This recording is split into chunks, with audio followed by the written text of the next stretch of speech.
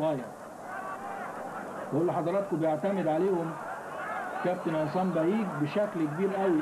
طارق وفكري الاثنين لعبوا في نادي الاسماعيلي ولعبوا في وقت القاتل. وادي احمد الكاس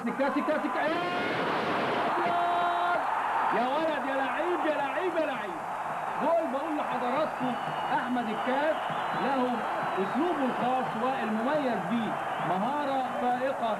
الكاس كره ضاله بيلقطها وبيركنها بليسنج في الزاويه البعيده بحساسيه غريبه الشكل. شوف الاستلام، توقيت، ولمح على طول عاطف خليفه وبيعملها حلوه قوي قوي قوي من فوق عاطف عشان تبقى دي لعبه ثانيه للزمالك.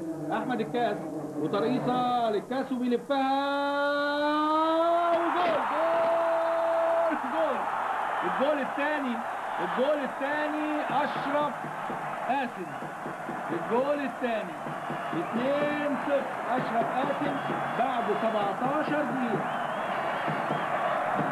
2-0 اشرف قاسم. اهي اللعبه ثانيه اهي بتعدي واشرف بياخدها على طول برجله الشمال مباشره اهي.